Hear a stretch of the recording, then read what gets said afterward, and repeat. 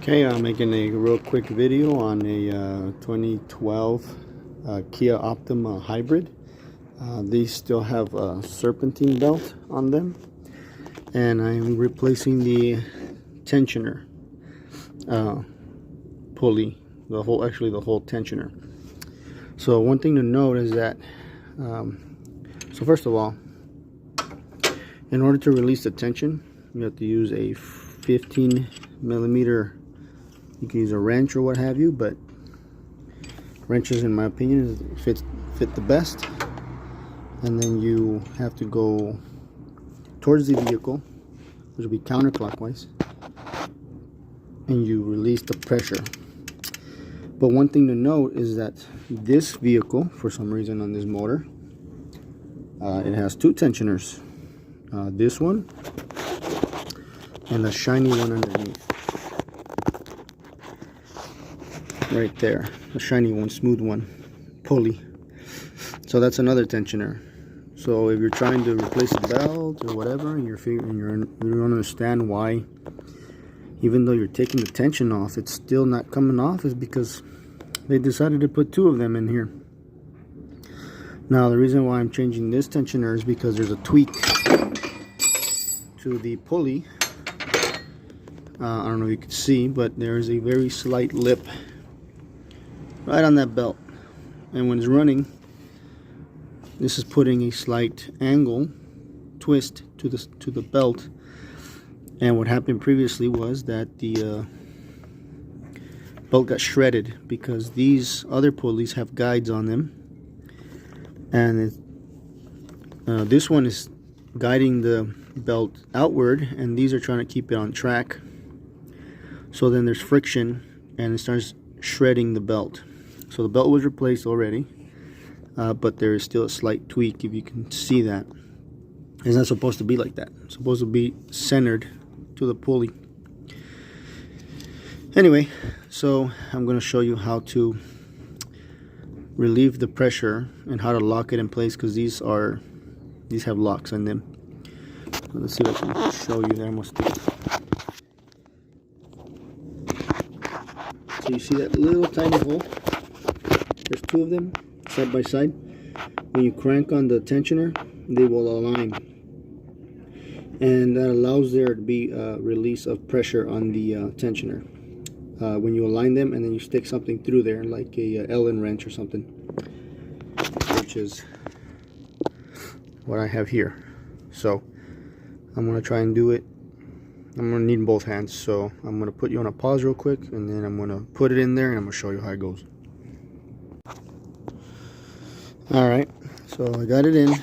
I use this Allen wrench here. See that? Put it in there. Another thing to note that I didn't mention was that I removed the motor mount here. That's it right there.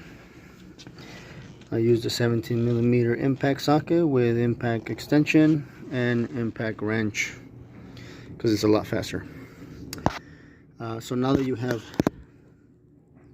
that one nice and the tension held back, even though there is some level of release, it's still not good enough to take it off, because you have number 2 tensioner over there. So now, actually, once you have this one taken care of, you should be able to pull the tension back on this one using the same wrench. I believe it is 15. Let me see. No, of course not. It's never the same. Let me try 17. Well, almost. Probably 16. Also, another thing, this engine happens to be the 2.4 attached with the hybrid system. So 2.4 hybrid Optima. Wonderful. And alright, there you go. So it is a 17. Let's see if I can hold the camera without my phone falling down. Oh, and the engine is being held underneath by a jack, a car jack. Just put something nice and soft on the pad of the jack, put it underneath the engine, and just lift it until there is pressure being pushed up against the engine, and then you should be able to remove that mount. All right, so here we go, releasing, releasing, releasing, releasing. So I can do it without knocking my phone over, so you could tell. So I can focus. There we go. There you go. It's nice and loose. And here's the play. And also this tensioner also does have that the hole that allows you to pin the pressure back, so you can keep it in place and then just be able to maneuver the belt a lot easier. But now that I have a belt tensioner nice and loose or held back, I'm able to finagle with the belt. Now another thing to note is, I don't know if anybody has come across this, but this little belt here drives the water pump, and guess what? There's no tensioner, there's no way to loosen this belt. This belt just goes on by finding a way to squeeze it in. Typically what you do is you put on the main crank on the harmonic balancer, and then you kind of sort of throw it over in a weird angle, and then you start manually cranking the engine over, and little by little it'll feed itself back into place. And the same thing for removing it, or if you're going to replace it, just cut it off. And then that's how you do this one, because there's no tensioner, there's no other pulley that keeps this nice and tight. It just goes on tight from the gate, and that's it. So for that reason, I'm not taking this belt off to replace this thing here. I'm just going to tuck it out of the way, because I don't really need to remove it anyway. If I can just, anyway, I'm gonna finagle with this thing. I'm gonna use both hands, put you on a quick pause, and I'll try not to miss any important steps. Okay, also fun fact, in order to take the center bolt off, which is what holds it, I'll show you here with the new one. This is a new one. When it's seated, it only goes in one way because of this little notch, dowel, I guess. So you can't get it wrong. If you get it wrong, it's not going to go in right. It's going to be tweaked. Anyway, this pulley here needs to come off in order to access the bolt that actually bolts to the block. Otherwise it won't go in, or you won't be able to take it off. So the 15 millimeter here, and I believe this one's also 15 millimeter. But you take this one off, make sure you keep track of how everything goes in place, and that is how you remove that. So I'm going to take off that pulley wheel bolt and pulley. Anyway, yeah, so that's next. Alright, so another thing to note, I forgot to mention, is that the nut that is the screw that's bolts holding that the pulley here, the top one, it's reverse thread. So it's not lefty loosey, it's righty loosey.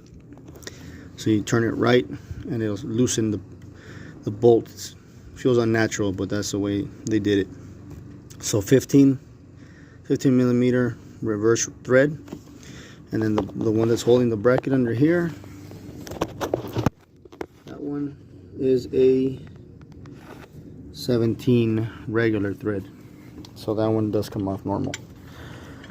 I got it loose there.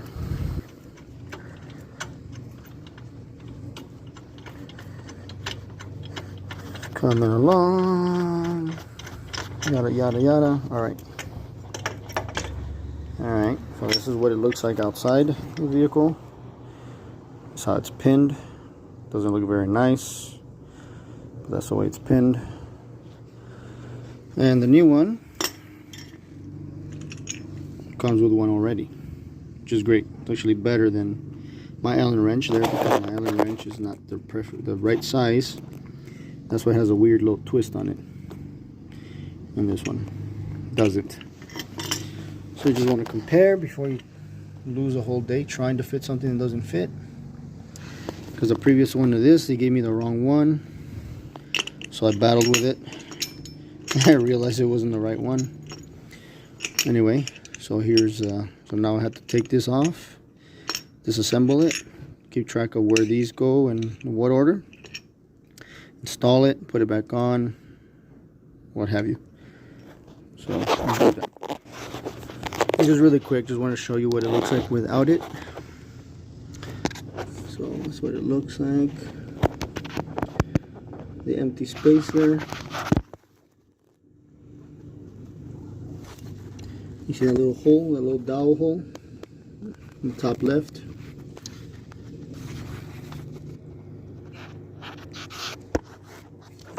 That's where that little guy goes. So there we go. I'll show you in a minute. Alright, so I finagled the belt in its place. I got the new tensioner pulley in. So the way it's routed, you go through the harmonic balancer. Where'd it go? Right there, the big one. Make sure it's sitting properly. I skipped the tensioner for now until I take the tension off of this one. It goes from the bottom of the pulley, and we can see that. The bottom of the pulley there in the bottom goes underneath this one. S routes from underneath up and over like this. Goes through here, comes back up, and now I just need to put this one in. And I am going to do that by relieving the pressure on this one here. Let's see if I can do it again with only one hand. If I can move this out of the way, so you can see that. Alright, I think that one's a 17 on the bottom.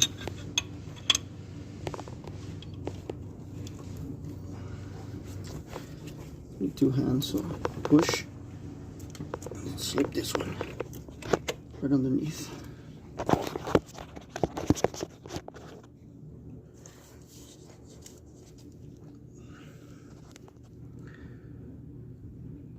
And relieve the pressure. I don't know if you got that, but as I was levering this tensioner back with this other hand, for God's sake, if it could just freaking focus, as the belt was kind of sideways here, as I was relieving this pressure, I pushed down on the belt and I got it to slide in underneath. And that's the quickest, easiest way that I learned so far. So now to release the other tensioner, a little pin there, you're gonna have to relieve pressure on this one here. Let me see if I can do that one. Actually show you in real time. Focus it. Alright. So this one, you relieve the pressure down this way. Actually, I'm gonna use my magnet because it's really tight in there. So I'm gonna put it on that.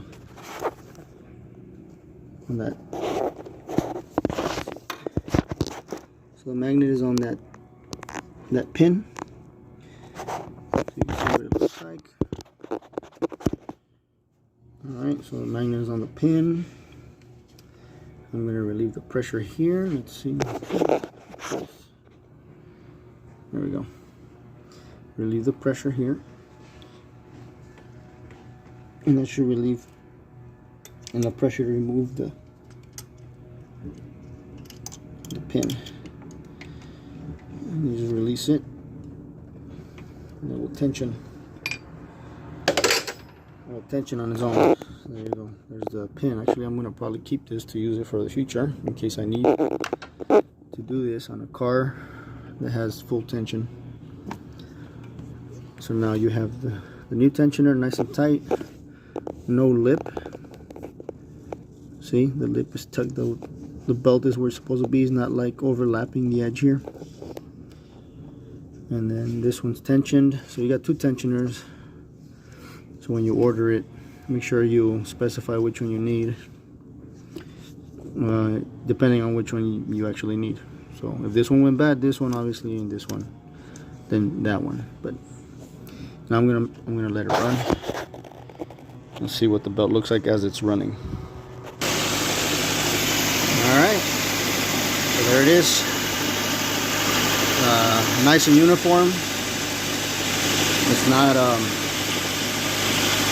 sticking out like before. Before it had a really thick lip. As it was running, you can really see it. But now it doesn't. And it looks good. There you go. Now I'm going to put the motor man back on.